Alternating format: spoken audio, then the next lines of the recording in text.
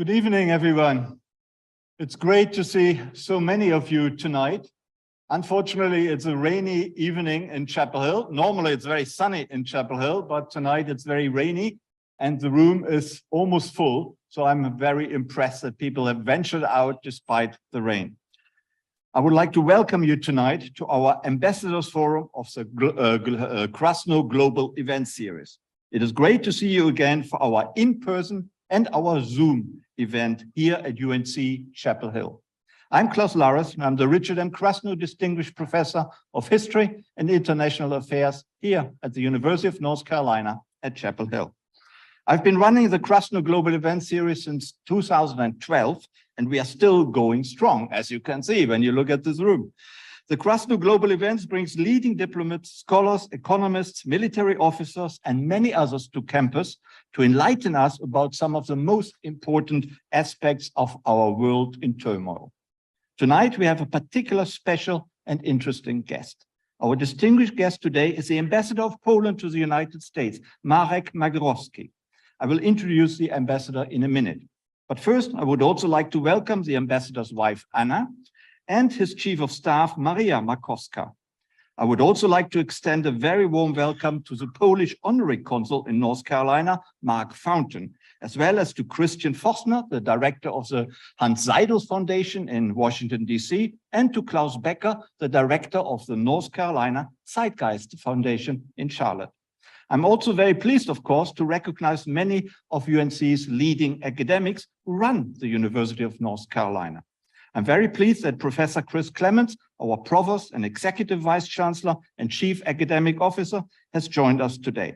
It is wonderful to see Professor Noreen MacDonald, our new Senior Associate Dean of Arts and Sciences. I believe tonight is Noreen's first ever Krasno event. Welcome. And of course, it is great to see Ambassador Barbara Stevenson, who is the Vice Provost of Global Affairs and UNC's Chief Global Officer. Barbara has successfully put UNC on the global map, and most importantly, perhaps, Barbara is a wonderful supporter of the Krasno events. So thank you all for all your support. Before I hand over to the ambassador, let me just say that we are videotaping the event today for our famous YouTube channel. It's very famous. If you don't know it, you know what to do before you go to bed tonight. You will watch all our past events. There are actually more than 140 on them, with very distinguished politicians, scholars, diplomats. And after the ambassador's short address, I will ask him a few questions, and then we open it up to questions from you, the audience. Please feel encouraged to ask many questions. Here in the Mandela Auditorium, please raise your hand and one of our excellent Krasno assistants will rush to you with a microphone. If you are following us on Zoom, and I would like to say hello and welcome to our very large international, if not global, Zoom audience. If you are on Zoom, please send us your written questions with the help of the chat function at the bottom of your Zoom screen. Our Krasno assistants will select your questions and read them out aloud to all of us.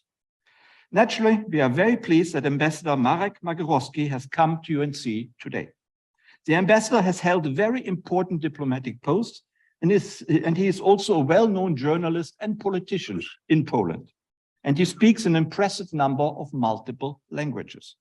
Marek Magierowski became Polish ambassador to the United States in November 2021. Prior to this position, he was Poland's ambassador to Israel for 3 years. But initially, for over 20 years, Ambassador Magierowski labored as a reporter, editor, and journalist. Before, in October 2015, he began working for the President of Poland as an expert on public diplomacy. Then, in 2017 and 2018, he served as Undersecretary of State at the Polish Ministry of Foreign Affairs. And shortly after he became ambassador to the United States in late 2021, Russia began its war of aggression against Ukraine. Ever since Russia's onslaught, Poland has been at the forefront of both NATO and the EU's policies of great support for Ukraine. In the heated current debate about whether or not the West should deliver main battle tanks and other advanced and sophisticated weaponry to Ukraine, Poland is playing a crucially important role. And as we heard today, it has been decided to send German Leopard 2 battle tanks and American Abrams battle tanks to Ukraine. And I think Poland probably played quite a decisive role in bringing this about. The ambassador's job in Washington has thus even become more important than it would have been in any case. Tonight, Ambassador Magorowski will talk to us about Poland, NATO, and Russia's war on Ukraine. Please join me in welcoming the ambassador to the Krasno Global Event Series here at UNC Chapel Hill.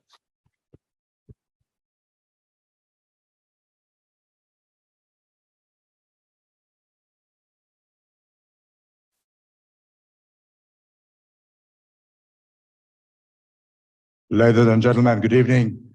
It's raining on my parade tonight. And you know, they always say it's usually sunny here.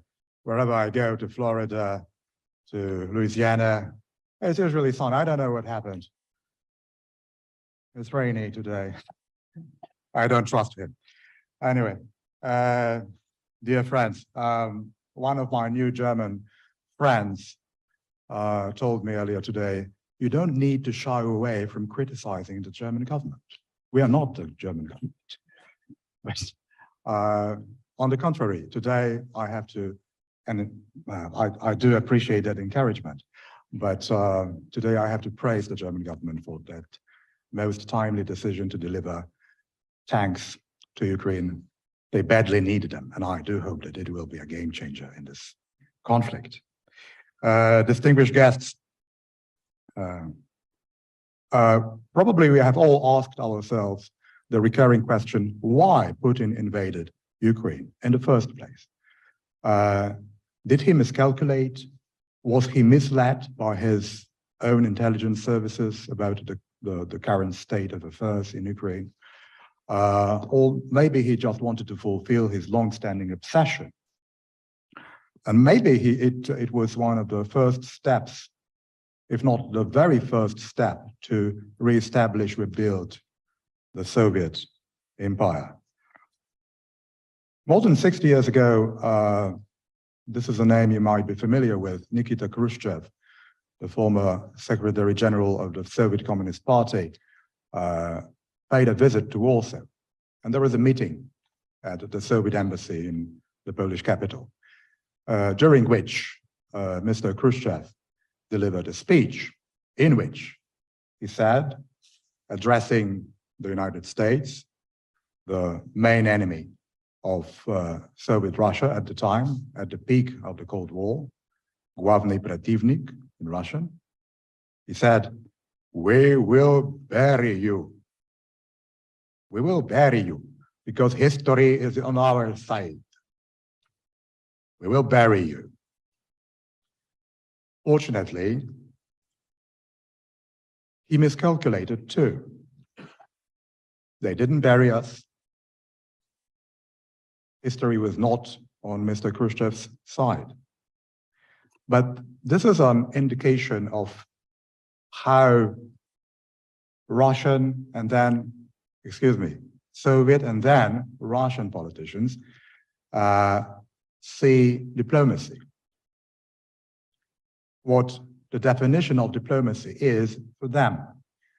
For them, diplomacy has always been a zero-sum game. Someone must win in order for someone else to get crushed irreversibly and painfully. For us, diplomacy has always been a game. You expect your interlocutor, your partner, even your enemy to make some concessions, and you also expect to obtain some concessions yourself. For them, it's something different altogether. It's a zero-sum game. And I believe this is one of the vestiges of Soviet mentality in contemporary Russia that we can see, especially in the ruling elites in the Kremlin. This is how they view diplomacy, and this is how they view international affairs. The very concept of the concert of nations is still very vivid in the mentality of Russian policymakers. It's Russia, it's the United States, it's the UK, it's China, of course, a new player, France, Germany, quite obviously, and that would be it. All the others are simply irrelevant in terms of conducting foreign policy, in terms of establishing an international order, a new security architecture. And that's why, for example, you probably remember that proposal the Russian Federation came up with just a few months before the invasion. Totally absurd. The Russians knew very well that all those demands included in that paper would never be accepted by the Americans, by the West, by NATO. Nevertheless, they did submit the document officially, because for them it's a zero-sum game. It was not intended for negotiation. It was intended for being rejected by the West. And it was, of course, a kind of a justification, or one of many justifications Putin then used trying to justify his decision to invade Ukraine. Another one, that recurring narrative of encirclement. Since the disintegration of the Soviet Union, Putin has always been using this argument. By the way, it was him who defined the dissolution of his former homeland as the greatest calamity in the 20th century, which is tremendously abhorrent from our point of view. Poles, the Baltics, the Czechs, the Hungarians, the Romanians. And for example, when you see all those red banners with the hammer and the sickle during the victory parades on the Red Square in Moscow every year, we are horrified. How is it possible that those people use those symbols of repression and brutality, dictatorship today? For us, for Poles, for the Czechs, for the Hungarians, that symbol is equivalent with the Nazi swastika.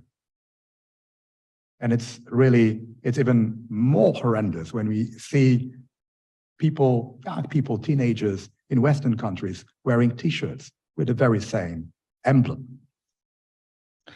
The narrative of encirclement. We are encircled by NATO. Just look at the map. NATO is expanding.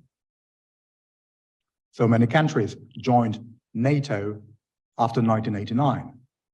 We feel betrayed because President Yeltsin and the American officials agreed on the decision not to expand NATO, which is not exactly true, of course, but this is one of those elements that Putin bases his narrative on.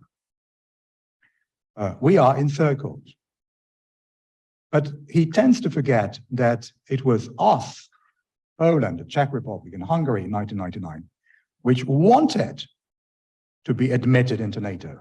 Nobody dragged us into that organization against our will.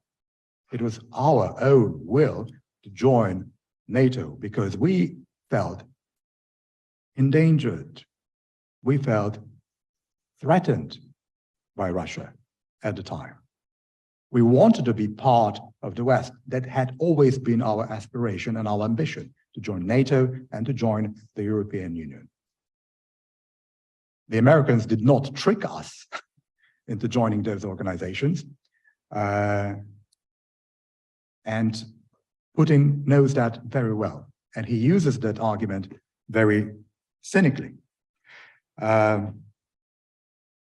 In July last year, President Putin wrote and published an essay about the historical ties between Russia and Ukraine, claiming that Ukraine is not even a nation. They don't even have their own language. They don't even have their own culture. Ukraine basically does not exist. It's mirage. is just a figment of imagination, because Ukraine has always been Russian. The cradle, Kiev, is not the cradle of the Ukrainian civilization, it's the cradle of the Russian civilization, which is partially true, of course. But he dismissed Ukraine and the Ukrainians as a state and a nation. Again, he miscalculated. And he was absolutely sure, and maybe he was also misled by, as I said, by his intelligence services, that the Ukrainians, especially in the eastern part of that country, would welcome and greet Russian troops with garlands as liberators. And the FSB did bombard Putin with reports about the miserable state of the Ukrainian economy, messy politics, declining approval ratings of President Zelensky, and the general, whirlwind of political machinations in that country, which would eventually lead to frustration among the Ukrainian population. And that would be the right moment to invade Ukraine, to liberate Ukraine. He did believe genuinely in that scenario. He miscalculated because he didn't realize how proud Ukrainians were of their own nationhood, of their own culture, and of their own language. I believe he had the impression that both Russians and Ukrainians still lived in the 90s. But it's been more than 30 years, actually, since the Soviet Union collapsed. Many things have changed, also in the Ukrainian mindset. And quite paradoxically, what Putin has achieved since he gave the order to invade Ukraine was the strengthening of the Ukrainian national identity. He reinforced NATO. He reinvigorated the European Union's foreign policy. And he has basically enlarged NATO by himself, with Sweden and Finland about to join this organization shortly, hopefully. For Putin, it was quite natural that Ukraine was part of Russia. And he knew also that he could not afford to lose Ukraine to the West. Because for Putin, the primary fear is Ukraine not joining NATO and encircling the Russian underbelly. It's Ukraine joining the European Union and becoming wealthier, more prosperous, more democratic, more liberal economically, and less corrupt. That's his primal fear. If you want to see the beginning of the end of Putin's rule in Russia, you don't need to look at Moscow and St. Petersburg, at other major urban centers in Russia. There will be no mass protests against the war. There will be no demonstrations against Putin's rule, at least in the foreseeable future. You need to look at countries like Kazakhstan, Azerbaijan, Armenia, Georgia, Uzbekistan, and some Russian provinces like Chechnya. Once they decouple themselves, both politically and economically, from Russia, and we can now see some very interesting phenomena in this respect, especially in Kazakhstan. Once they distance themselves from Russia, both politically and economically, that would be the end, the beginning of the end of Putin's power in the Kremlin. Because that sphere of influence is one of the pillars of the Russian foreign policy. The post-Soviet republics, and I keep my fingers crossed for them to decouple themselves from Russia, finally. The Ukrainians have demonstrated quite clearly and consistently that they are more European than Russians. They are even more European than many other European nations right now. It's incredible to see, for example, the Ukrainian and the EU flags combined in so many places in Ukraine. They do believe that it is a dream that might come true pretty shortly.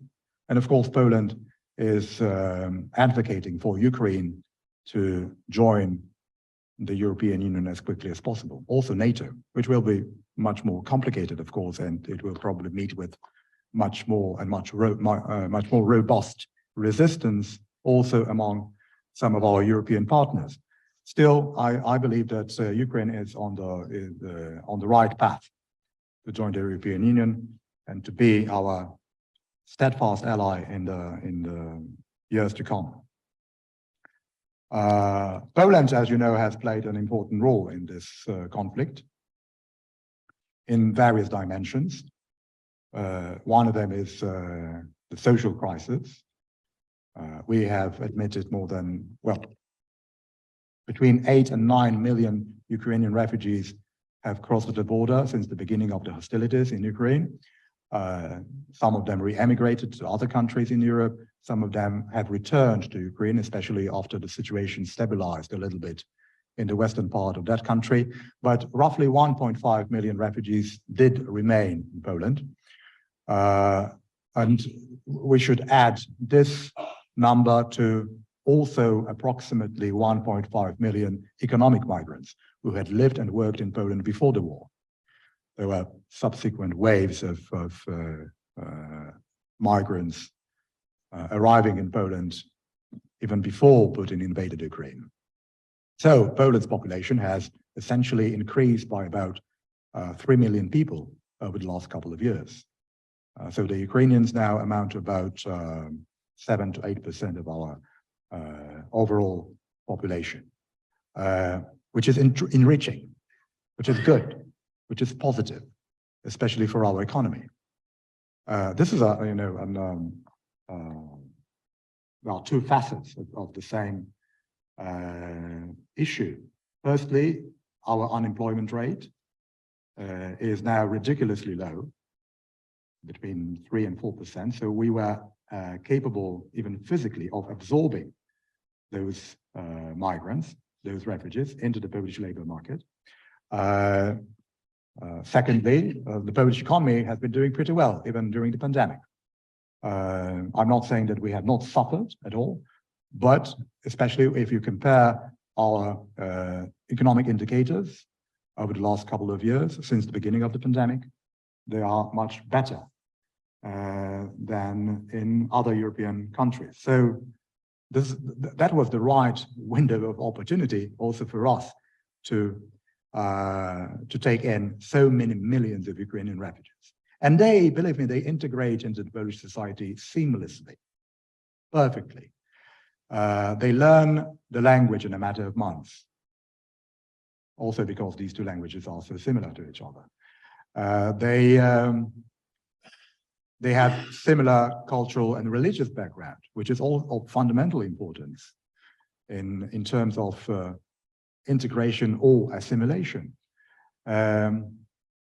Finally, about 95% of those refugees are women and children, because we all know what the Ukrainian men are doing right now. And those women, upon arrival in Poland, they never say, I want welfare. I want an allowance. They always say, I want a job. And they get a job. But we don't give them fish. We give them a fishing rod. Because we know very well that in order for them to advance, we just cannot, and we are not, as a country, we're not as wealthy as Germany, France, or Sweden. We can't afford to sustain all those families financially and endlessly. So we prefer a different model. We give them a fishing rod. We give them a job. And they appreciate that. It's a completely different picture in terms of approach to migration across various European countries. Just a month or less than a month after the beginning of the war, the Polish parliament passed a law which essentially facilitates the Ukrainian refugees' integration into the Polish society. They can apply for Polish ID, which does not automatically make them Polish citizens, but with that ID, they can set up their own businesses, they can send their children to Polish schools. We have incorporated more than 200,000 Ukrainian kids into the Polish schooling system. They are also eligible for free healthcare.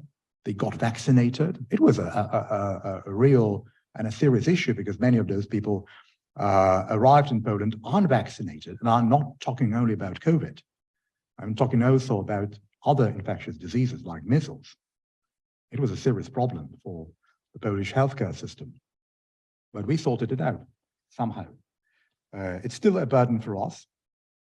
We have to be realistic and pragmatic about Poland's ability to absorb further waves of migrants, but and of course, according to some sociologists, there was fear. There was genuine concern that the public mood would eventually change, and that many Poles would not be very happy about the presence of so many Ukrainian refugees on Polish soil.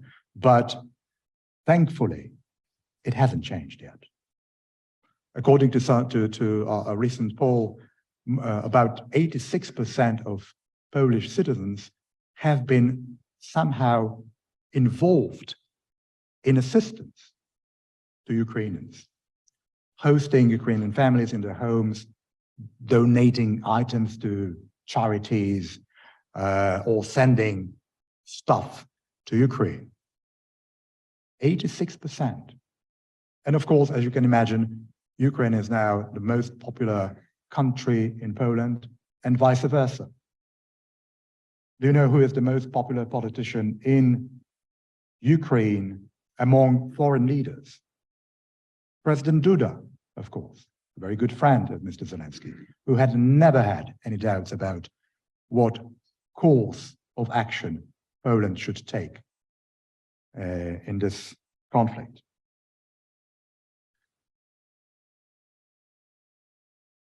I'm talking about a social dimension, but of course there are many other ramifications of this war. A new realignment within the European Union and NATO, which has its upsides and its downsides, because as I said, Putin has unintentionally reinvigorated NATO and strengthened its cohesion. But on the other hand, I believe there are some countries in the West which understand Russia, contemporary Russia, and Russia's history and Russia's mentality much better than others. And I mean Poland, our Central European neighbors, the Baltics, the Scandinavians, and the Anglo-Saxons, not only Americans and Britons, but also Australians, Canadians, New Zealand. So there are cracks and fissures in our apparently common approach to Russia. I do believe that we can also overcome this obstacle, also because all masks are now off.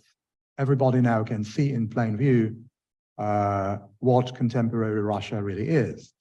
And I wouldn't like to say that Poland has always been right about Russia. But yes, for example, in the area of energy security, we have been prescient all along, and we were warning our partners in the European Union and NATO that Putin would might one day use gas as energy weapon, and he did eventually. But Poland was very well prepared for this scenario, unlike some other countries in Europe, because 6 years ago, we opened our first LNG terminal. A few months ago, we inaugurated the so-called Baltic Pipe. a gas pipeline which transfers gas from the Norwegian continental shelf via Denmark to the Polish stretch of the Baltic coast. And since October last year, we have been entirely independent of imports of Russian gas. Quite an achievement, I would say. It's been a painful lesson. Some of you may remember how frightened we were in Europe, thinking about the prospect of harsh winter and what that energy blackmail would mean for our livelihood at the peak of the winter season. Fortunately, the winter is pretty mild, climate change. And the gas storage facilities in Europe are full in 83%, which is also unprecedented. So now it turns out that it was possible to cut off those ties with Russia.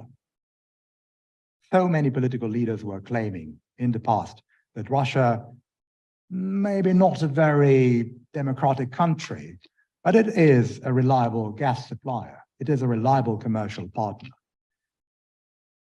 It never was, actually. On the final note, a few words about Poland's priorities in the military sphere. We all believe that the Article 5 of the Washington Treaty is sacrosanct, and as President Biden has already said on numerous occasions, NATO is ready and willing to defend every inch of NATO territory. So are we. Poland has been perceived until recently as net recipient of collective security. Now we are transitioning to a new role of a net provider of security. We are ready, and we have stated it on multiple occasions. We are ready to defend not only Warsaw, not only Tallinn and Prague, but also Berlin, and also Paris, and also Helsinki, once Finland joins NATO. So also for us, it is a completely different configuration. And I think that also our American allies and some Western political leaders in Europe have finally understood how pivotal Poland is also in this particular respect of collective security. The only thing, we have all heard all those nuclear threats coming from the East, from the Kremlin, from some of those Russian propagandists so vocal about Russia being a nuclear superpower. But the only thing that Mr. Putin has actually nuked is Russia's reputation on the international stage. I'm not terribly optimistic about Russia's role in the future as a partner, because again, that notion of zero-sum diplomacy is so profoundly seared in the mentality that it will be very difficult to envision Russia again as a partner for the Western world. There was a glimmer of hope in the 90s. And then when Mr. Medvedev became president, rotating with Mr. Putin in 2008, I think one of his first visits was to the United States. He even met with Steve Jobs at the time. And he was, you remember flashing the iPhone. And so many people, myself included, were hoping at the time that maybe that's the new face of Russia, that maybe Russia would be able to, for example, diversify its economy, that it would be no longer so reliant on gas and oil exports. Unfortunately, that hope never materialized. And if you ask me, firstly, how this war will end, and secondly, whether Russia will ultimately become a partner for us, I would always answer, it's $1 million question. Thank you very much. Thank you.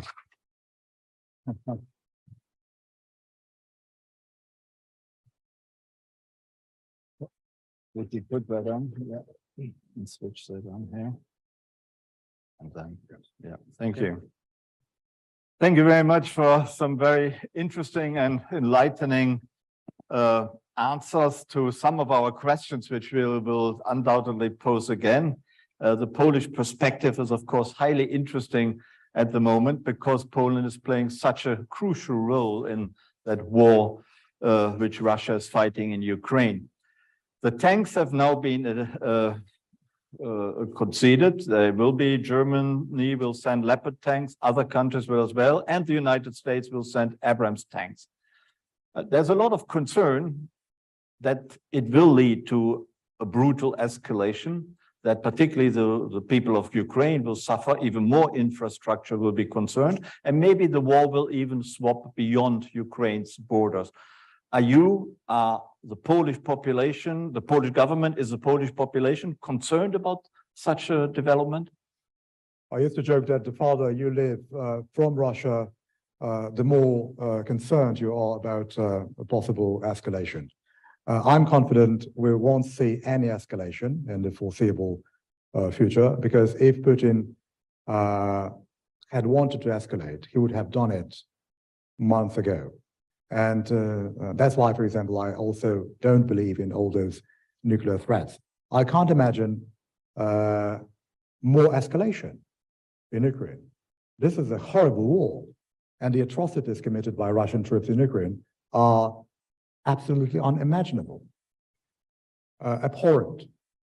So when we talk about escalation, it's pretty bizarre, because when the term escalation pops up in American or Western media, it usually applies to our side. We are afraid of our own measures, which could lead to escalation. But it's Putin who escalates. He has been escalating since February the 24th. He has adopted so many escalatory measures. Isn't targeting civilian infrastructure escalatory? Isn't bombing hospitals and kindergartens escalatory? It is. It's him who escalates.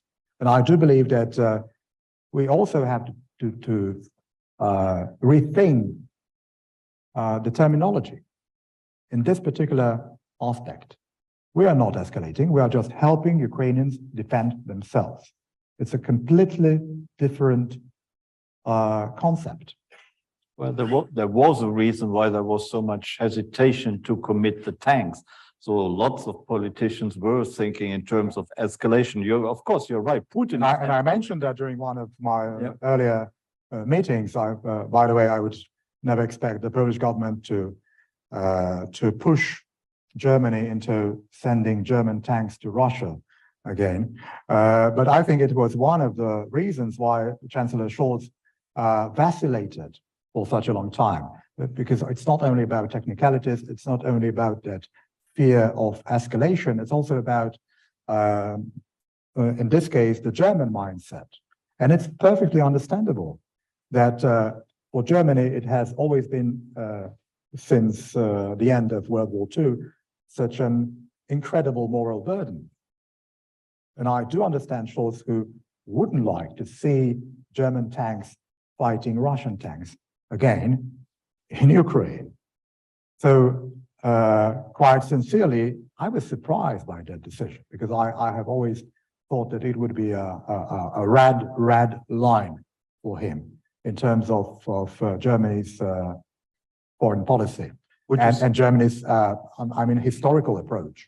Would you say that Scholz actually had a success, because by waiting for quite some time, he now got the United States to commit Abrams tanks? Yeah, we don't know exactly what the background was of those negotiations. I do believe that the Americans were pressuring a little bit. The Poles, I take it. Yeah, I do believe that the pressure on the part of the Polish government has also played a crucial role in this equation. But generally, the outcome, the final outcome, is very encouraging, and it also demonstrates, that in spite of all those vacillations, it is possible to hammer out a common position, even in such complicated matters. I don't know whether it will be a game changer. I'm not a military expert. I don't know whether, for example, Ukrainians need more the Leopard tanks than the Abrams. I don't know which one. I heard today that Leopards are better, and 2 days ago I heard that the Abrams are much better than the Leopards.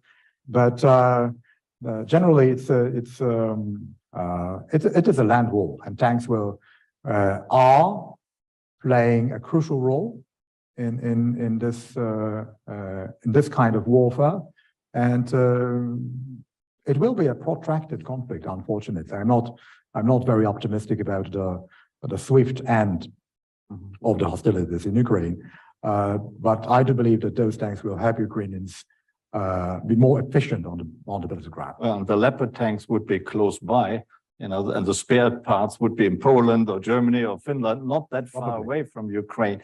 What are the Western war aims? What do we want to achieve in the end? Do we want to get rid of Putin?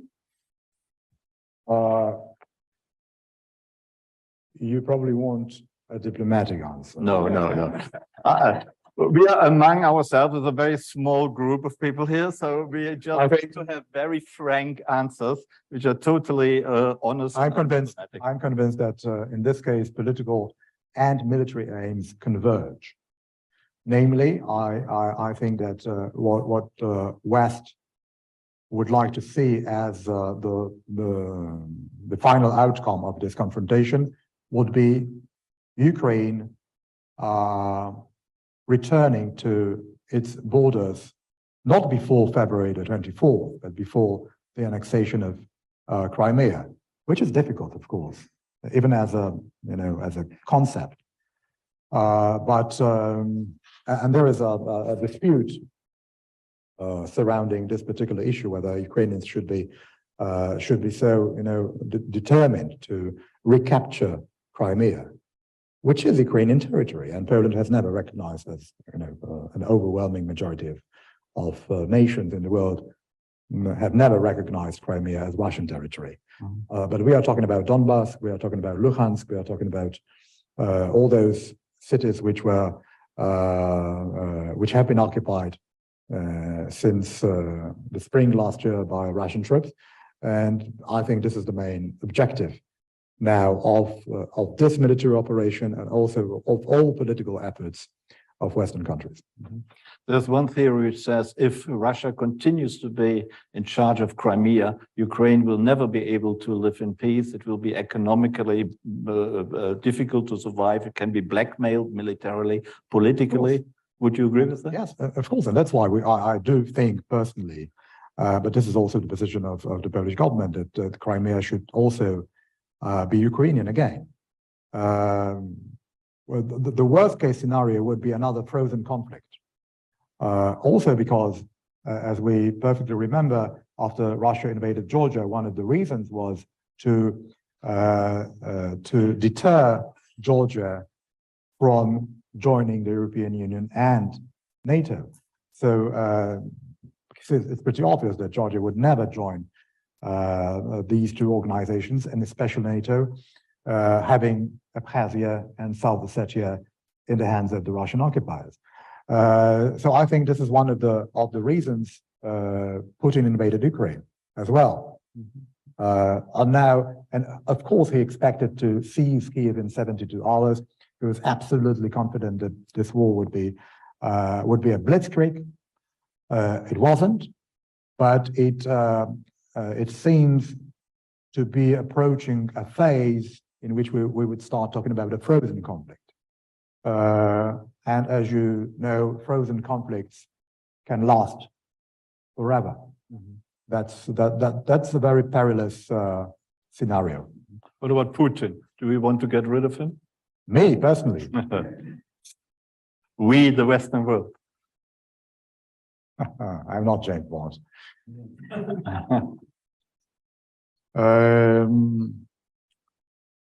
If Russia wants to become democracy again, we have to allow Russians to elect their own leaders. And one of the worst things we could do now would be to demonstrate how determined we are to get rid of Putin.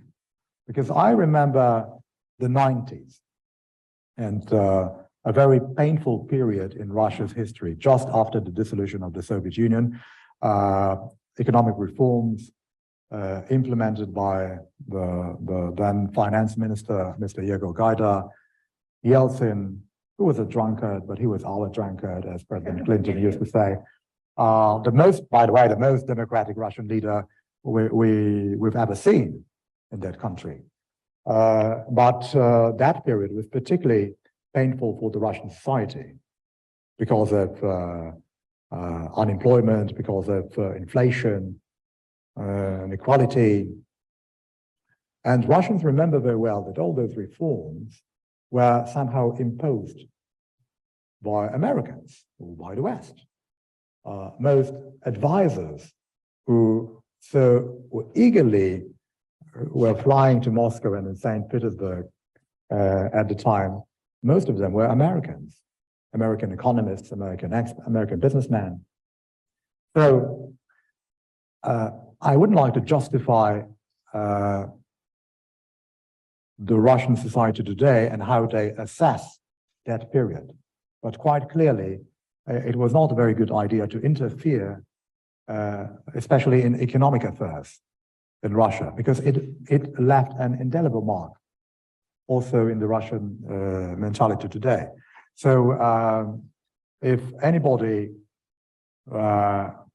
ventured into declaring our will to get rid of Putin, that would be absolutely insane in terms of our long-term vision and in terms of our long-term objectives. I personally would like Russia to become democratic again, more liberal, freedom of expression, free market economy. But again, Russia is still an enigma, and nobody knows what will happen in that country in a few years' time. There were some interesting precedents whenever Tsarist Russia, or Soviet Russia, entered a protracted conflict. It always eventually led to a change of regime in the Kremlin. It was in 1905, the Russo-Japanese War, then the First World War, then Afghanistan, for example. 9 years, 80, 89, and then a sudden collapse of the Soviet Union, even Zbigniew Brzezinski had not predicted. So again, it's so unpredictable. But the one thing I'm sure of is that we are witnessing another war in which Russia seems to be bogged down, stalled, both politically and militarily. What you're saying is that the Russians should really do the job of getting rid of Putin. Let me ask you about peace talks. There's a lot of talk that it's about time for the two sides to get to the negotiating table. There are mediators, the Israeli government a little bit, and particularly the Turkish government and President Erdogan. How do you see that? Is the likelihood of peace? My assumption is that that's why our American friends have decided to arm Ukraine as robustly as possible now, in order to allow the Ukrainians to repel and to push back the Russian forces in Ukraine as far as possible, and then in order to negotiate from the position of force. On the other hand, and I can only echo President Zelensky's words a few months ago when he said Ukraine is ready to negotiate, but not with Putin. It's quite a condition, isn't it? So I don't believe that that we'll see, full-scale peace talks between Russians and Ukrainians in the months to come. On the other hand, you know, I was asked a question earlier today by one of your students about the diplomatic avenues. Why don't we try to explore diplomatic ways to put an end to this conflict? But, you know, whenever Russians sign something, an agreement, an accord, even a letter of intent, it's in 24 hours, it's worthless. I can't remember one instance in the past in which Russians kept their word in terms of international obligations. So it would be very risky to try to find a negotiated settlement with Russia and even force them to sign it, because that signature doesn't have much value, does it? Thank you. But has the Western public in the United States, in Europe, the stamina to continue the war for another year, even 2 years, or the Ukrainian stamina? Can we really say that the West will continue supporting Ukraine? We saw divisions right now, which were quickly overcome, as you Well, rightly especially said. here in America. Yeah. And also in the House of Representatives, where there are dissenting voices who are quite strong. What do you think? Do you think the Western world will stick together to support Ukraine? Again, it is a very painful lesson for all of us, and I think that nobody will dare say now that Russia is a reliable commercial partner, and we can you know, return to normalcy in our political and commercial relations with that country, because we can't. Because it would be a stupidity to try to return that to business as usual with Russia today. So I think this is one of the arguments we can be using constantly in our debate about Russia's future. Another one, which is particularly interesting, I think that very few people realize how cheap it is for the West to deter the Russian aggression today. For example, the current American administration has spent about, if my memory doesn't fail me, about 4% of the military budget on this, the subsequent aid packages for Ukraine. It's peanuts. I mean, if we are not ready to spend this trifling amount of money in order to not to get rid of Putin, but to repel the Russian aggression and to deal with this existential threat, I think it's you're right. cheap. I assume you're right, but that is not the perception of the public. They complain about inflation, energy crisis, budget deficits, including in the United States. So that perception is in the end what counts, not the official percentage number. And how do you counter that? Because we live in a world in which domestic issues are, you know, overshadow our geopolitical interests. So it's quite, I wouldn't say understandable, but it's normal in contemporary politics that in the run-up to the election, no matter what you think about, for example, this or that country's attitude towards Ukraine, you always focus on your political opponent, domestically, internally, and it's, you know, it's quite. For example, we can see now that the presidential campaign in the Czech Republic, in which there are two front runners, two candidates, Petro Pavel, a former retired general, and Andrej Babiš, the former prime minister of the Czech Republic.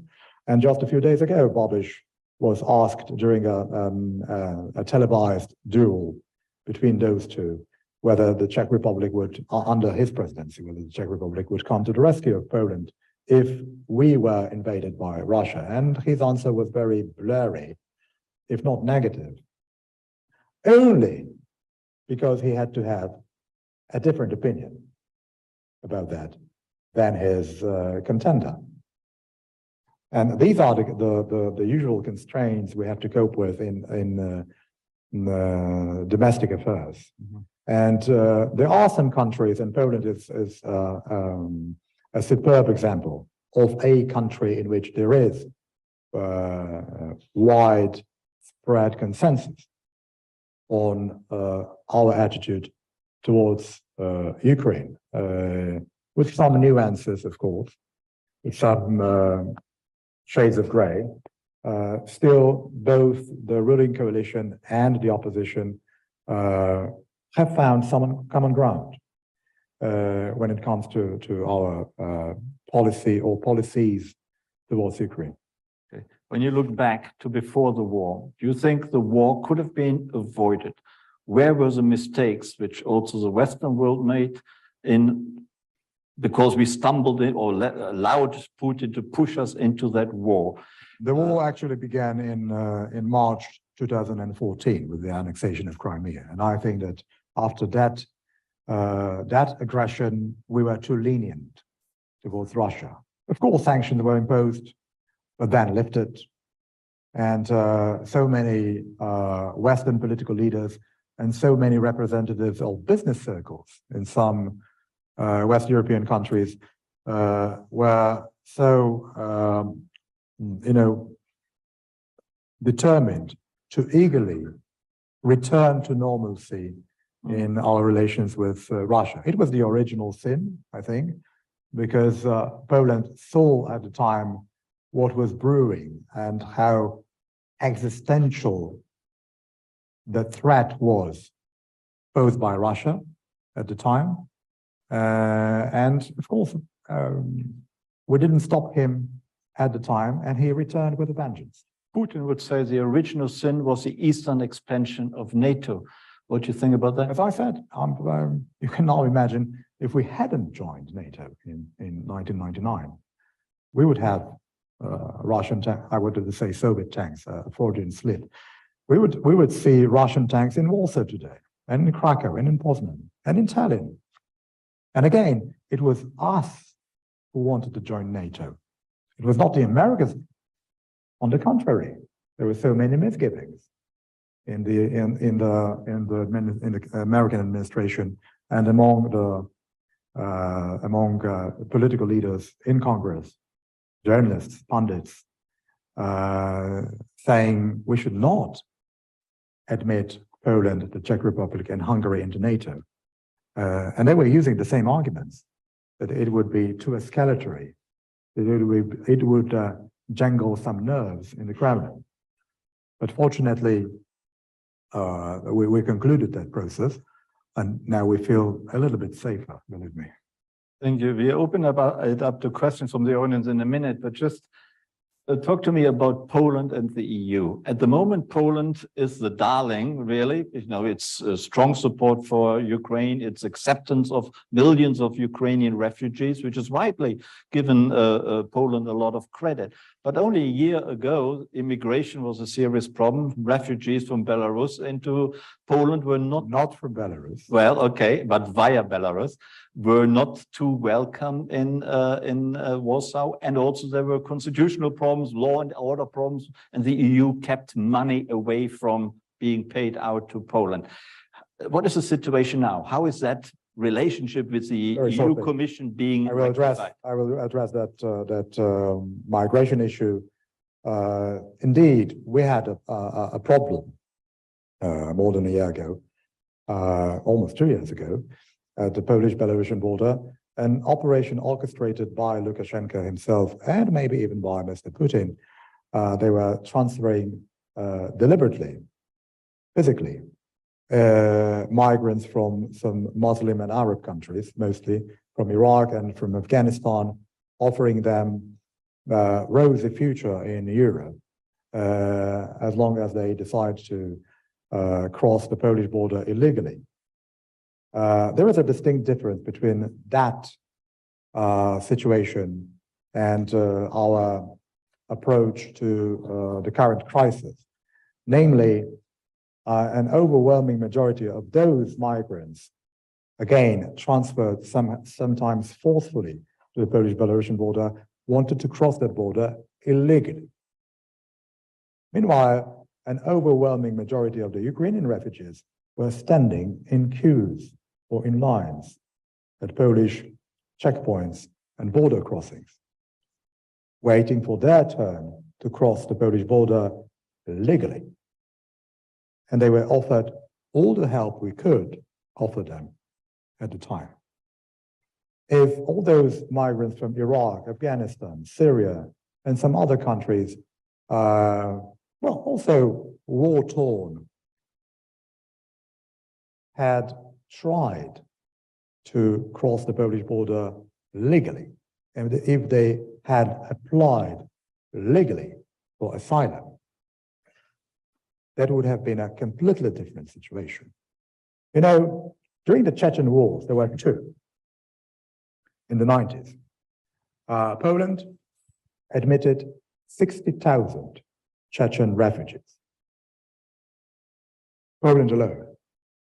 So if someone tells me today that our migration policy differs depending on what kind of religion is associated with refugees, it's not a very fair argument, believe me. We admitted 60,000 Muslim refugees from Chechnya, and many of them still live in Poland. Many of them are now Polish citizens. So again, comparing these two situations is simply preposterous, because they are not comparable. Now, talking about our role in the European Union, yes, we are a darling now. I thought we've always been, but and of course, there are some disputes between Poland and the European Commission, not the European Union, and the European Commission, as is the case of many other countries, Greece, Italy, even Germany. Not the same problems, though. Not the same problem, not identical. But for example, there is that endless dispute about the reform of the Polish judiciary. And we have been using this argument also endlessly, that the systems that you can encounter in countries like Germany or Spain or Austria are even more politicized than in Poland. And it always somehow falls on deaf ears. And turns out that Germany is more entitled to implement this kind of reforms, and we are not. I'm not saying that all those measures that we have adopted in the meantime have been correct and justifiable. Because, for example, we are now trying to change legislation in order to accommodate the European Commission's requirements. So it means that we are flexible, and we can change our mind also in these under these controversial circumstances. But again, this is I just wanted to highlight a broader picture, because there is, and this is a very dangerous phenomenon. Poland is still overwhelmingly Europhile. As a nation, as a society, about, I think, 90% of Poles say they are satisfied that Poland is a member of the European Union, one of the highest marks among all EU member states. So, for example, it would be absolutely suicidal for a Polish politician to advocate for Poland's departure from the European Union, like was as in the case of Britain. Nobody does that in Poland, because you don't want to lose the support of 90% of your population, Thank you. your voters. Yeah, and particularly young people are very pro-European, are very pro-democracy in Poland as well. There will be a continuous tug of war between the Polish government and the European Commission. And believe me, it's not only about the current ruling coalition. If there is a change of government after the elections this autumn, do you believe there will be no conflicts whatsoever with the European Commission and a new liberal government in Poland? Believe me, there will be tensions, there will be frictions, because this is the very nature of the European Union. Okay, thank you. Let's briefly go back for one question to the war in Ukraine, and then we open it up to questions. Question, how strong or how weak is Russia as a military power? Do you expect a Russian offensive and a Ukrainian offensive within the next few months? Or do you think that is just something we still don't know about? I am not a fortune teller. I wish I were. You have intelligence information from the very good Polish intelligence services. Not much. Even if I had, I would. You would probably not. let it know. Well, firstly, before the war, we tended to overestimate the Russian military might. Now we tend to underestimate it. I believe that Russia can still, and that's why I'm not terribly optimistic about the course of the war in the coming months. Russia can still flood Ukraine with manpower, cannon fodder. Putin, quite wisely, did not draft young people at the beginning of the war from Moscow and from St. Petersburg, because he knew very well that body bags returning to major urban centers in Moscow would not affect his political standing in Russia very positively. On the contrary.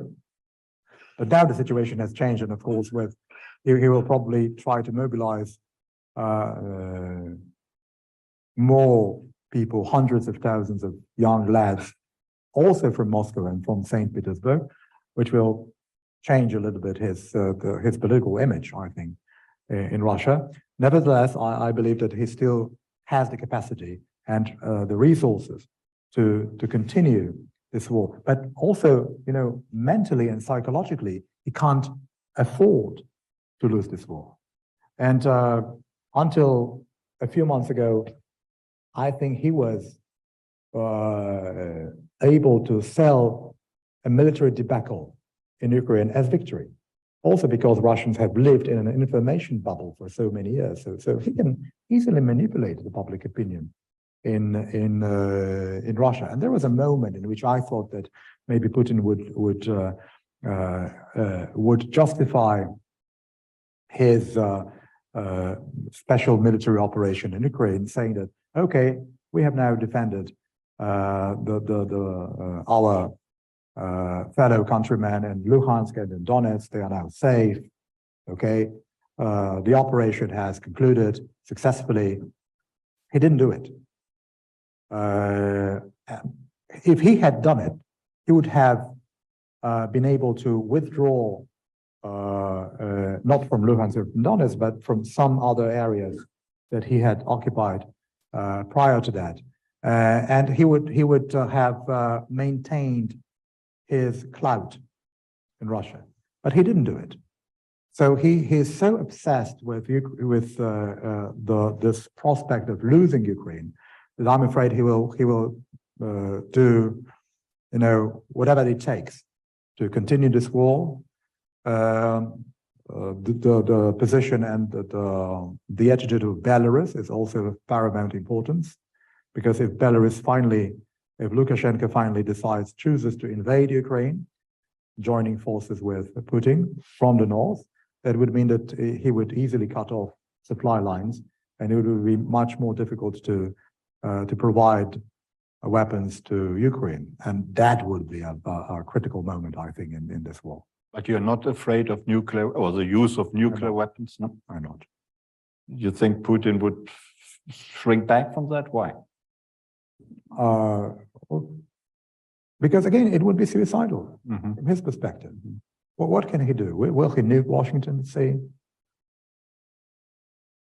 Then we would nuke him back. At least some good news you have. Thank you very much. It was very enlightening, very informative. Let's open it up to questions from you, the audience. Let's take a few questions from the in-person audience here in the Mandela, and then we also go to our Zoom audience. Who would like to ask the first question, which is always daunting? Yes, this gentleman over there. Can you just wait for the microphone? Someone will rush to you.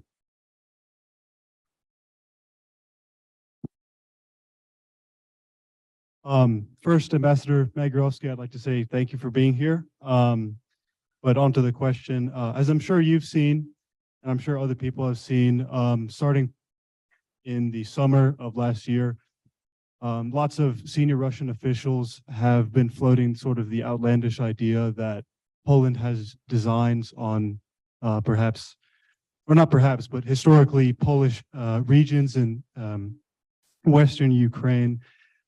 What do you make of these claims? Do you think that this is Russia projecting their sort of zero-sum diplomacy onto Poland? Is it a bizarre attempt to sow discord in NATO? And of course, what can you say to sort of dispel these notions? So, thank you. Well, to tell you frankly, I'm not used to commenting on such outlandish ideas, really. So, one of the very few things Russians really excel at is propaganda. Believe me, I have never heard, when I heard that argument that Poland was, even contemplating annexing some parts of Ukraine in case of Russia's victory in that country, it's so absurd. By the way, it's interesting to see if you had a closer look at the Polish political scene, there's not a single party, not even on the fringes of the Polish political spectrum, which would advocate for recapturing territory which had belonged to Poland before World War II. For us, it's a closed chapter, full period. So claiming that the current Polish government, with all the efforts we have made to help Ukraine, is now thinking about splitting up Ukraine and making a land grab. It's absolutely insane.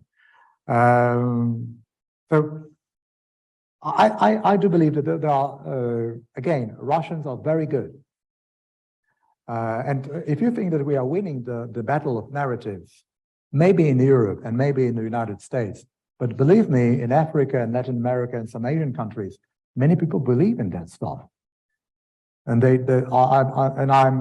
I'm convinced that after Russia started using that argument a few months ago, many politicians and journalists and experts in Africa and Latin America have swallowed that kind of propaganda pretty eagerly.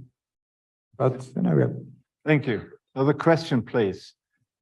Yes, the lady there with the long black hair. Yeah, in the middle.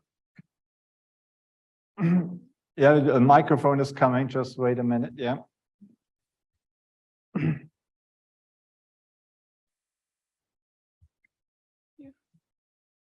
So I was just wondering, because I think you said that you don't think the peace talks are going to be really effective. And I think you also said that you weren't really sure if the tanks would be like a game changer. So I was wondering, what do you think that the Western world should or even can do to stop the war, or if the Western world is even able to have a big influence in that way? I love being caught delivering contradictory remarks. Yes, you're absolutely right. But I think that the question is, again, I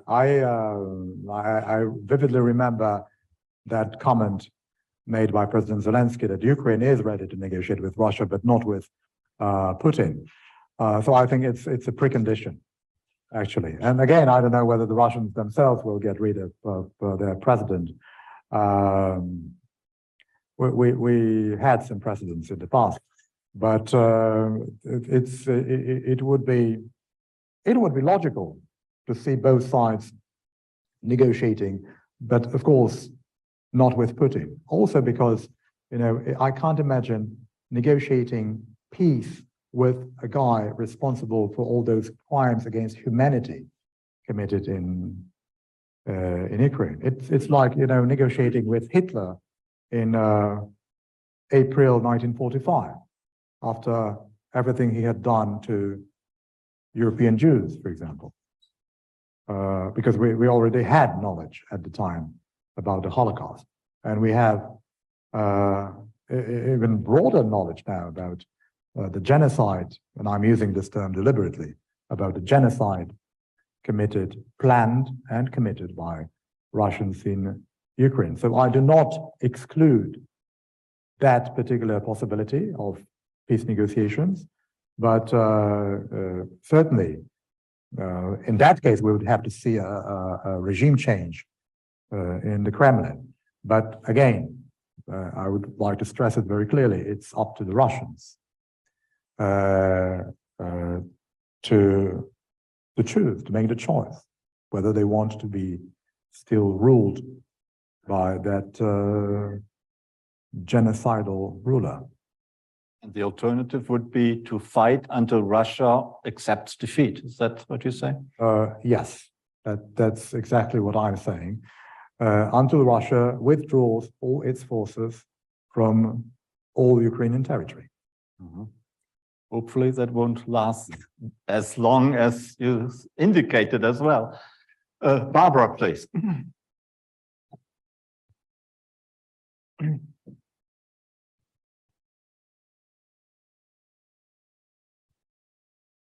Ambassador, I'm thinking about the optimism you expressed for Ukraine's path to EU membership and a rockier path to NATO, but not an impossible one. And then you're musing about how disastrous a frozen conflict would be. Does Russia win if this just ends up as a frozen conflict? Because what would be the ramifications for EU and NATO membership if we ended up with disputed territory in Ukraine? It would be Russia's victory, definitely. Even if Russia withdraws its forces from parts of Ukrainian territory, not allowing Ukraine or preventing Ukraine from joining the European Union, that would be Russia's victory. Thank you. It's like it was Russia's victory preventing Georgia from joining NATO. And you fear if something like that happened, which of course we don't hope, but if it happened, would that lead to the dissolution of NATO and the EU even?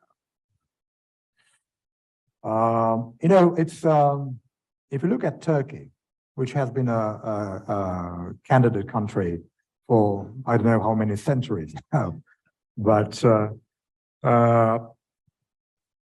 the membership itself is of paramount importance, but also the path and the steps and the measures and the reforms you have to undertake in order to be admitted into this exclusive club are also very important. And this is also our experience. Mhm. Before we joined the European Union in 2004, we had to implement so many reforms in so many in various areas, in the judiciary, for example, and economy, corruption. By the way, Poland is one of the least corrupt countries now in Europe after so many years. Well, we are not without blemish, but there are some areas in which we are, you know, a leading beacon for many countries even more advanced than us democratically, because they have, not because they are more democratic now, because they have a longer democratic tradition. So it's important for Ukraine and for us to understand that not the membership, but the application itself is so crucial in this respect.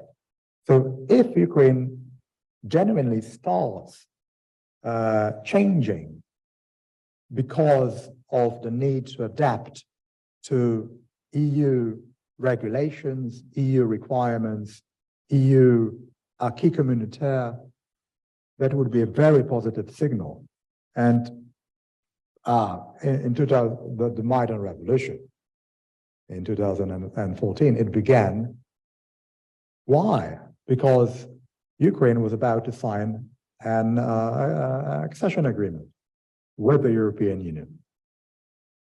And that's why Putin reacted so harshly to that development. And it was, you know, light years from Ukraine becoming an official candidate country. Thank you. Can we have a question from our Zoom audience? Can you read it aloud, please? Yes, of course. First off, Ambassador, thank you for being here with us this evening. There's a lot of excitement in the Zoom chat, so thank you. Our first question is from Dave Sidor. He asked, besides Finland and Sweden, does Poland support the admission of more nations into NATO? For example, Georgia and Moldova. I don't know, actually. I will try to answer that question more generally. Also, based on our experience, enlargement is good, generally. Because this is not only, we are talking not only about enlarging geographically or politically, we're also talking about enlarging the free world mentally. I believe that both Georgia and Moldova and Ukraine and many other countries, not their political elites, but societies and nations would like to join the West, not NATO or the European Union, the West. You can't even imagine how important that notion was when we were suffering under communist yoke during over more than 40 years after World War II. Our primary aspiration was to join the West, not NATO and the EU. Those were just symbols of our ambitions. We wanted to be a Western country, as democratic as France, as liberal economically as the United States, and as rich as Germany. It was our, not as, we didn't want to be a NATO member state. We wanted to be a Western country, adhering to Western values, and benefiting from Western values. And I believe that if you asked an average Georgian, an average citizen of Moldova, what their aspirations are, sincerely, they would probably not answer, we would like to join NATO. We would like to be admitted into the European Union. They would answer, we would like to be a Western country. Because it has always been, like the Statue of Liberty. The West, liberty, freedom, prosperity, not, international organizations. Thanks very much. Can we have another question from Zoom? Then we go back to the audience. Yeah. Sure. We have a question from Joe Mosnier on Zoom. How quickly can enough of the battle tanks, mostly Leopard 2, be delivered to the front in Ukraine? And what is your view, Ambassador, of the threshold number of these tanks to provide Ukraine with a decisive advantage? Okay, I have already assumed the role of a diplomat and a sociologist, now a military expert. Okay, I'm ready for that too.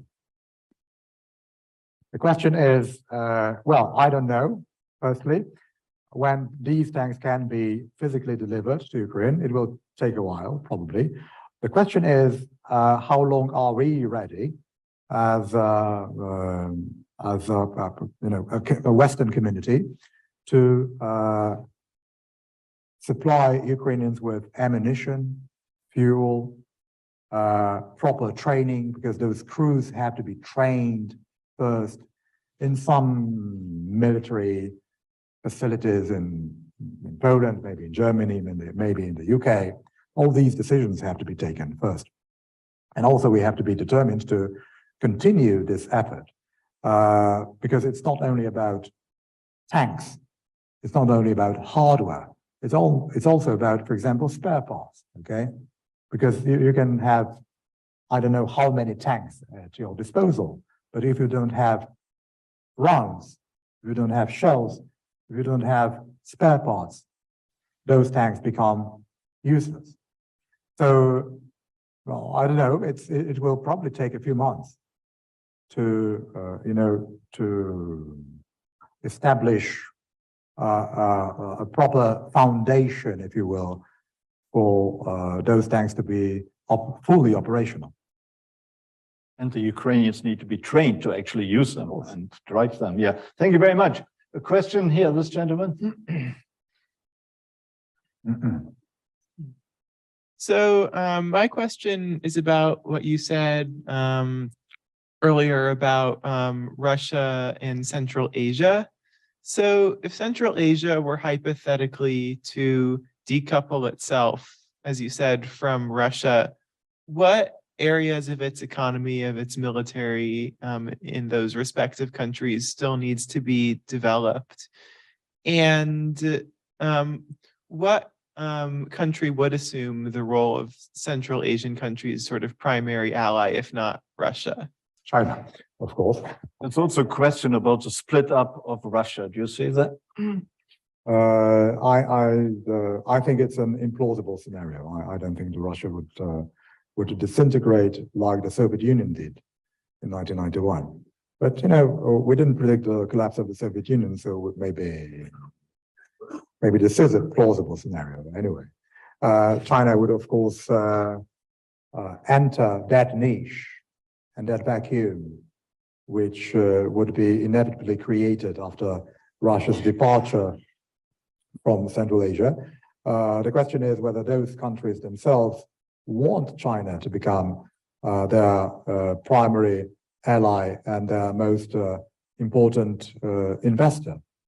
China is already becoming an important investor in that part of the world, with all its upsides and downsides. But it would be very awkward for me to speak on behalf of those nations. But I believe that they would prefer China to Russia in that respect. There are many countries which do maintain good relations with some other countries in the region. Azerbaijan and Turkey, for example, a very strong alliance, long-standing. China already has a robust economic and political footprint in Kazakhstan, for example. So many of these connections are based, for example, on cultural and linguistic proximity or affinity. So it's imaginable that Russia would have to withdraw from those countries, not only physically, but also, mentally, philosophically. But then there will be some other players who would be delighted to occupy that space left by Russia. But again, I do believe that it's important for the wider international security architecture to have Russia out of that particular region. Thank you. Question here. Here, the gentleman there. Say yes.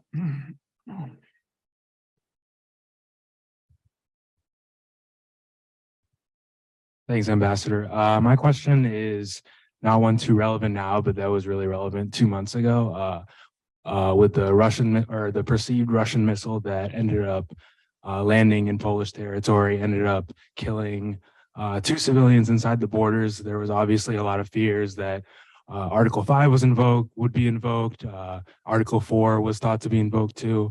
I just want to know, what were some of the conversations in Polish foreign policy circles, and how credible were those fears that Article 5 would eventually be invoked if it was found to be a Russian missile? If a Russian-made missile lands on your territory, it's quite obvious and natural that you react, that you freak out generally. So it was a very difficult moment also in my career, because I remember that particular evening. I was on the phone with the Polish Defense Ministry and with the National Security Advisor, and of course initially nobody knew actually what really happened, and but fortunately it took just a few hours, I believe, that our president got the final report on that particular incident, which was a tragic event, of course, considering those true casualties. But I think it was also unprecedented, because it was the very first occurrence of this kind in NATO's history. So there is no protocol actually. There is protocol for a regular invasion and intentional attack of a third party against one of NATO member states, but not. What should we do if a Russian-made missile of unknown origin lands on your territory? And it was the very first question the Polish president and some other political leaders in Europe had to ask themselves. But I believe we passed the test, taking into consideration these very peculiar circumstances. And it was a crash course in coordination. Most NATO is a political and military organization, but most decisions taken by NATO member states and political leaders in those countries are of political nature and not of military nature. Fortunately, we don't need to take decisions of military nature in the NATO. But again, it was so, unprecedented, so unclear from the very beginning what we should do. And after the incident, I heard many expressions of appreciation or even admiration for how the Polish authorities behaved in that critical moment. It was difficult. Many people think that we are trigger happy, that we are ready to bomb the Kremlin immediately in retaliation. We didn't. And I think it was a wise decision. We did think about, on a more serious note, we did think about invoking Article 4, which would trigger consultations among NATO countries. But we finally, when we already had the whole picture, we backtracked from that demand. So there were no consultations. But again, it was a very good lesson learned. So next time we are confronted with such an incident, with such an emergency, we will already know how to react. Thank you. One more question from the, yeah, straight on. Yeah. Yes, please. Yep.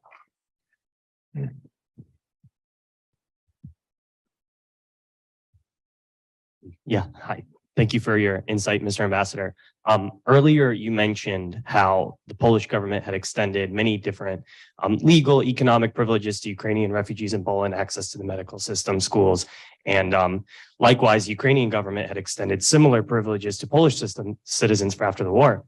I think some of us here may be quite familiar with the concept of Intermarium or Międzymorze as outlined by Piłsudski. Do you think that this war is driving Polish-Ukrainian relations in that direction? And is this potentially a unique opportunity or idea for a post-war security architecture for Eastern Europe? You've got impeccable Polish accent. Are you Polish? I was born in Poland, yes. Okay. Międzymorze. Thank I you. just spell that. Międzymorze. Intermarium. Intermarium, or the so-called 3 Cs initiative, which is mostly an economic project born many years ago from a kind of a frustration of mostly Polish political elites and some business circles. Because if you look at the map of Europe, before the transition in 1989, for example, almost all transportation routes were from west to east, horizontal, connecting Berlin with Lisbon, Paris with Hamburg, and so on and so forth. And for so many years, it was much easier to ship merchandise from Hanover to Marseille or to Seville than from Tallinn to Warsaw, because of that, shameful lack of proper transportation routes in our part of Europe. So it was the initial idea to enhance networks, to build new roads, new highways, new railways, new seaports, in order to crank up, to give a boost to regional economies, post-communist economies in the 90s. Because it was one of the, as much as we tried to reform our countries, also economically, it was one of the things which was tremendously neglected for many years. And we wanted to redress that situation. And there is a coalition now of 12 countries which are deeply involved in that 3Cs initiative. And we are progressing slowly but steadily. We have already, the American government has already pledged to invest, I believe, $1 billion in those projects which are now in the pipeline. So I think that, and of course it does cause some controversy among other European countries, because many political leaders in the West think that it's like, driving a wedge inside the European Union, that we are trying to create a new format, a new structure within the European Union. But it is also a huge opportunity for Western companies to invest in long-term projects in a sector in which the prospects have always been rosy. I mean, if you build a motorway, an airport, a seaport, if you enhance the network of railways, it's always profitable. Thank you. Let's take some from Zoom, and perhaps you can summarize a few questions because we are gradually running out of time. We have a Yeah. fascinating, we have a fascinating question from Scott Schwartz. He's curious about why haven't any of the oligarchs who have been hurt by the conflict, why haven't they applied more pressure on Putin to end the conflict? Because they are in cahoots with the Russian president. And this is part and parcel of the political system in Russia. As I said over lunch earlier today, Putin does not care for the prosperity of his ordinary citizens. He does care for the prosperity of his cronies. And that's why, for example, it was so difficult for the Russian political elites for many decades to diversify the economy, because they didn't need to diversify the economy. It was sufficient to export, to sell gas and oil to Europe, to China, to India, to obtain revenues which would satisfy the needs of Mr. Putin himself, his family, and the oligarchs. That's it. That's enough. Why should we even think about developing high tech in Russia, about producing computers, about attracting even more foreign investors? We've got enough money, and our friends, our oligarchs, also do.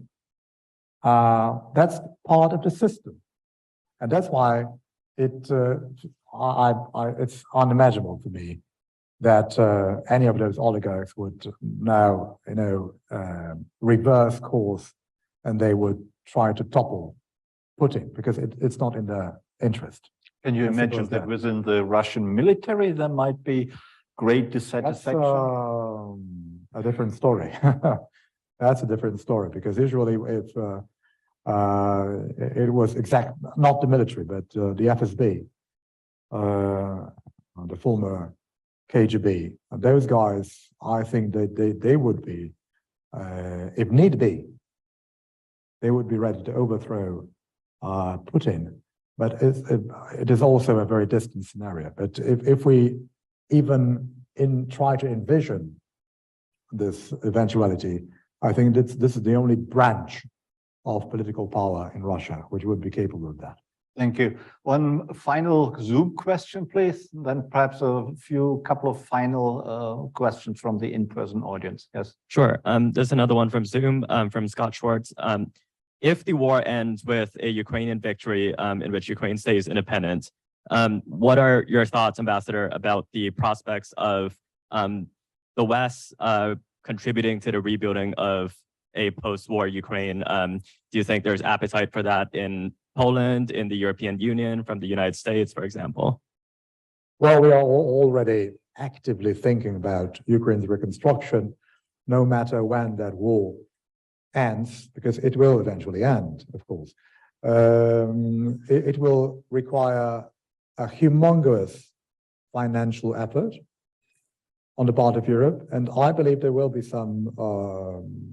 a dispute about who should finance the reconstruction of the Ukrainian economy and who should benefit from it, to put it bluntly.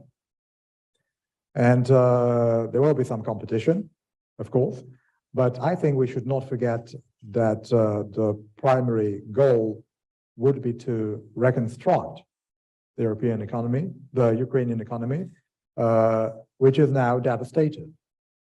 If we are talking about an economy, a country, the GDP of which will decrease by about 50% this year, this is absolutely, beyond the pale. I mean, it's hard to understand how you can live with those numbers. So again, it will take an enormous effort to, and also some coordination. Maybe even more difficult than military coordination now. Thank you. Yes, please, this gentleman.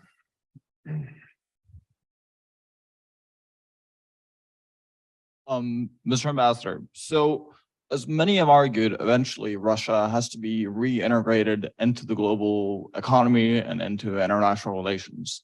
As you mentioned earlier, the reason this attack happened is because of the lack of sanctions and keeping sanctions in place after the attack on Crimea in 2014. How do you combine and walk the fine line of integrating Russia into the global economy when that time comes, but also preventing a new attack? Of course, it's a dilemma. To what extent you should punish not only the Russian leaders, but the Russian society for the war in Ukraine. And I myself have my own misgivings to what extent Russians themselves are responsible for all those atrocities. But if you look at the polls, I know many of them are not strictly reliable, but if you realize that between 60 and 80% of the Russian population supports this special military operation, so it's horrifying, and it's been, since Putin came to power in the year 2000, it's been more than 22 years of brainwashing and indoctrination. So, and again, they have lived for such a long time in an information bubble. So it's much easier to manipulate the public opinion. But still, I do believe that they do support that war, the Russian aggression. So it's one side of that coin. But of course, Russia is too big and too powerful economically in terms, for example, of its resources, not in terms of the economic growth and development, but resources, quite certainly. So it would be illogical not to think longer term about Russia's reintegration, into the global supply chain, for example. Okay, the bloodstream of the global economy. But on the other hand, it would be also unhealthy to lift sanctions now, because it would embolden other countries to do likewise, like China, for example. China is monitoring very closely the economic impact of those, 7 or 8 or 9 packages of sanctions adopted by the European Union and by the United States, or not only on Russia, but also on other countries and on the global economy. And I think this is one of the reasons China has reversed course a little bit over the last couple of weeks, because they now realize how detrimental those sanctions are, not only to China's economy, but to the global economy. Or China needs to advance economically, but also politically, is stability. And the Belt and Road Initiative, the Chairman Xi's pet project, is now jeopardized because of lack of stability. For example, in Central Asia, Ukraine. This is when you think about Belt and Road, this is the belt and this is the road, exactly where all those conflicts now are brewing. I think the Chinese leaders are really concerned about long-term effects of the war in Ukraine and of the economic implications. And she should have a quiet word with Putin, don't you think? I hope so.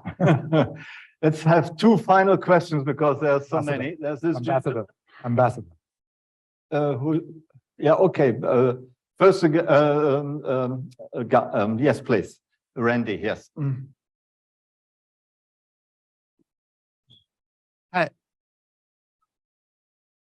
So if the war were to go on, and you said a long time, let's say, I'll take a long time, 7 to 10 years, who's going to wear out first?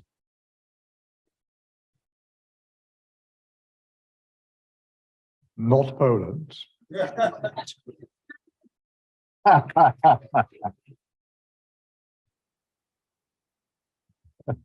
Unfortunately, the Russian economy and the Russian society, they're very resilient.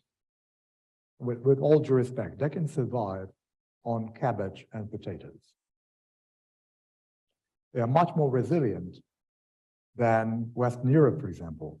Before that winter, which was supposed to be very harsh and turned out to be very mild, it was hilarious to hear all those European politicians so concerned about the prospect of their constituents having to lower the temperatures in their swimming pools by 1 degree Celsius. How terrible. Thank you. How troubling. One more. So that resilience is, I think, one of the factors, one of the reasons Putin feels so confident about the cause of this war. But Ukrainians are equally resilient because they have also experienced communism. So it's hard to predict who will wear out first. But I do believe that with all that military aid we're now supplying the Ukrainians with, again, I don't feel entitled and authorized to predict that it will be a game changer. But if we demonstrate that stamina that you mentioned, it is possible that this war will be shorter and it will end with Ukraine's victory. David, yes, David Litt.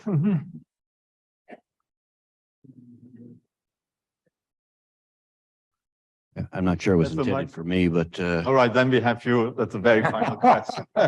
Please go ahead. I wonder if you could comment a little bit on the justification for Poland asking for war reparations now, more than 70 years after the war. It seems if there were better opportunities previously. Some commentators have said it's just political, but if you could comment on that. Of course, all these questions are at least partially political. No doubt whatsoever about that. But also it's a moral question, quite evidently. We have never received compensation for all the atrocities committed by Nazi Germany on Polish soil. We have not even received back artworks looted by Germans during the war.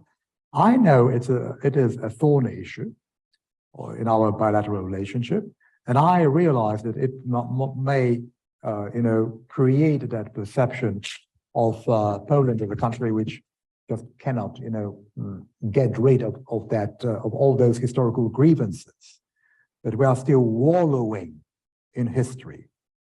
But as a matter of fact, the question of compensation, we are deliberately not using the word reparations, but compensation for what Nazi Germany did to us during the war is of fundamental importance. Also, not only in terms of our internal politics, but also in terms of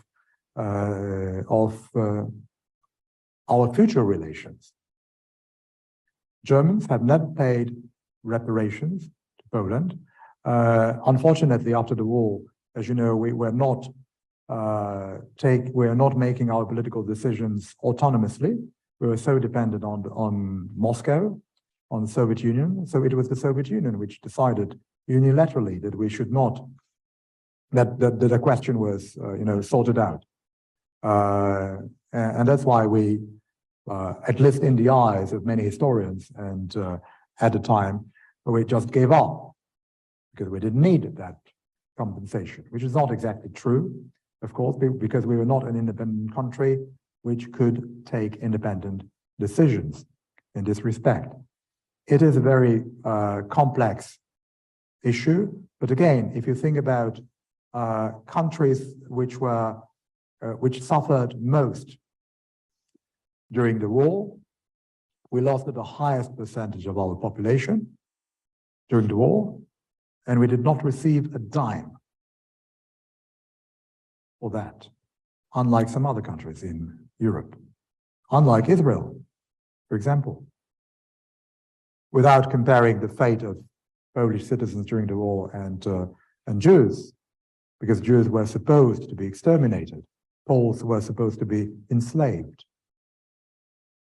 Nevertheless, that difference of approach of subsequent German governments towards Poland and towards other countries is, astounding. And that particular topic, it was like a ticking bomb, actually. This issue had to be raised, finally. And I'm glad that it has been raised. And I do believe that the German government, the current one or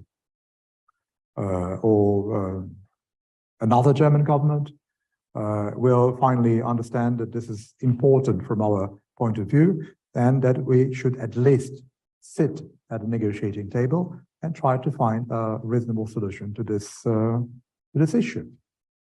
Thank you. This is a very complex topic. I think you should come back to discuss it in detail.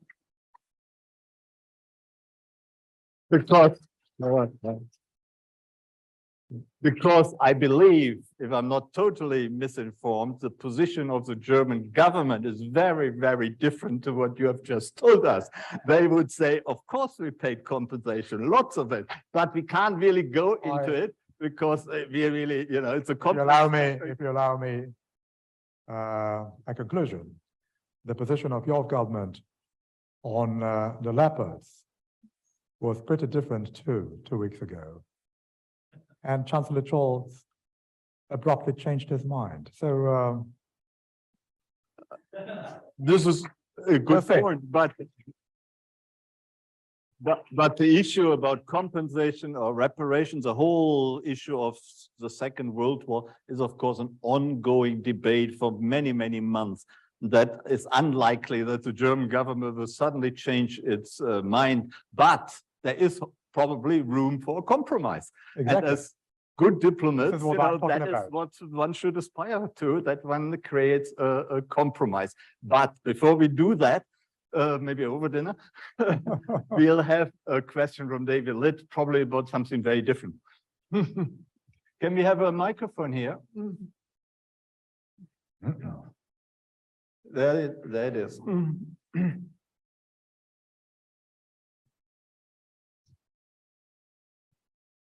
Thank you. Thank you very much. Let's return to diplomacy. We've agreed that this war will end, and often wars end when political calculations of the adversaries change. The war will have to end with some kind of political ending. You've talked about the diplomatic style of Putin, of zero-sum game, propaganda, etc.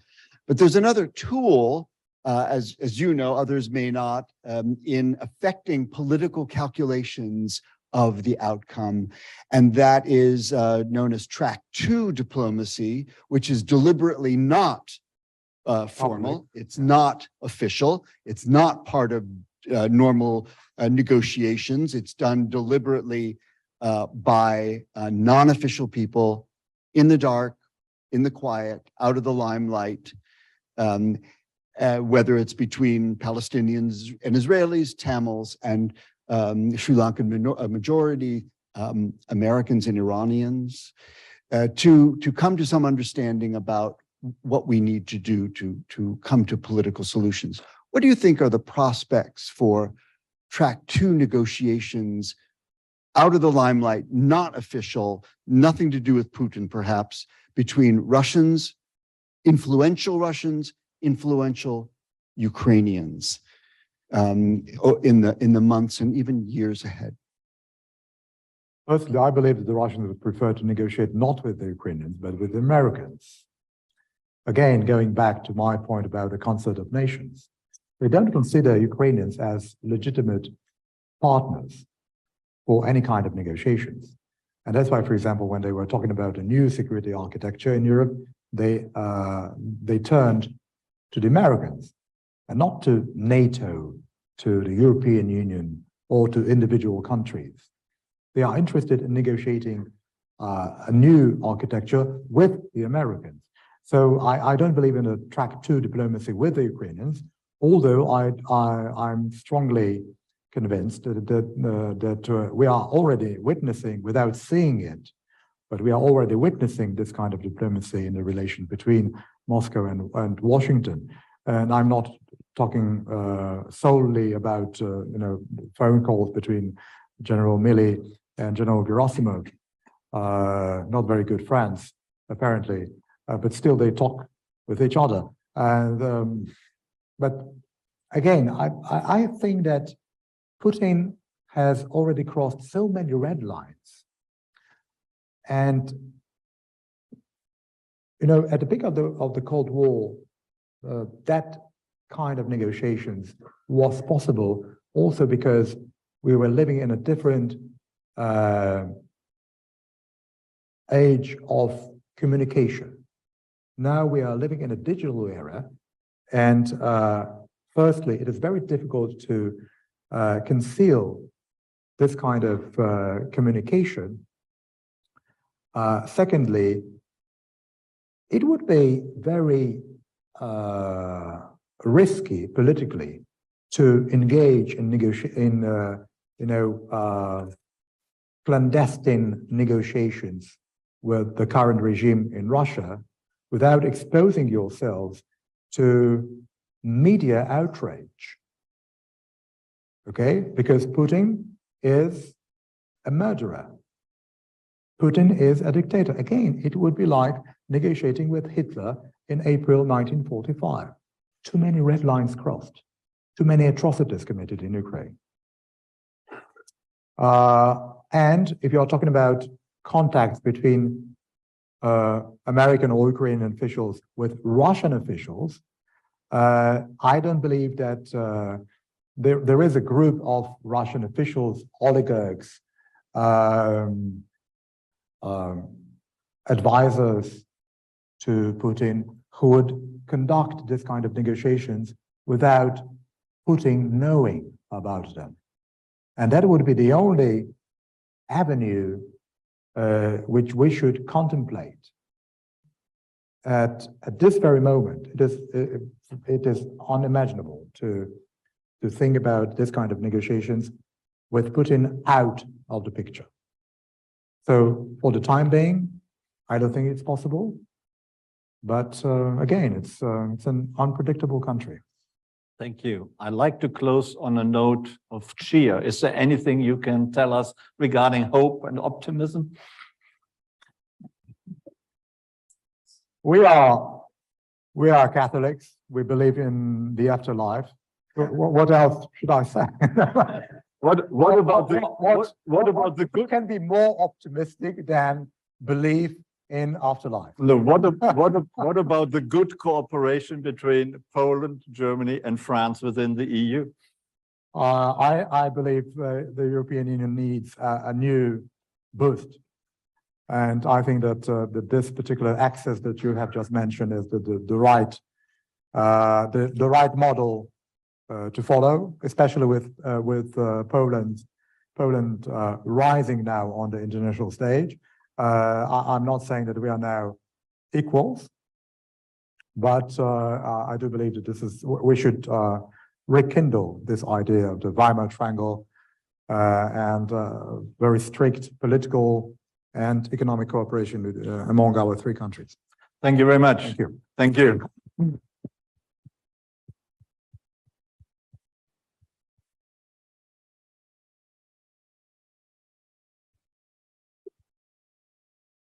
Thank you, Ambassador, for a very enlightening and great talk. It's a pleasure to have you here. To everyone else, I'd like to mention that on the 28th of February, we have a Zoom event with General Ben Hodges about Ukraine and whether or not Crimea can be liberated. 28th of February via Zoom only. You're all more than welcome. And thank you again for a great performance tonight.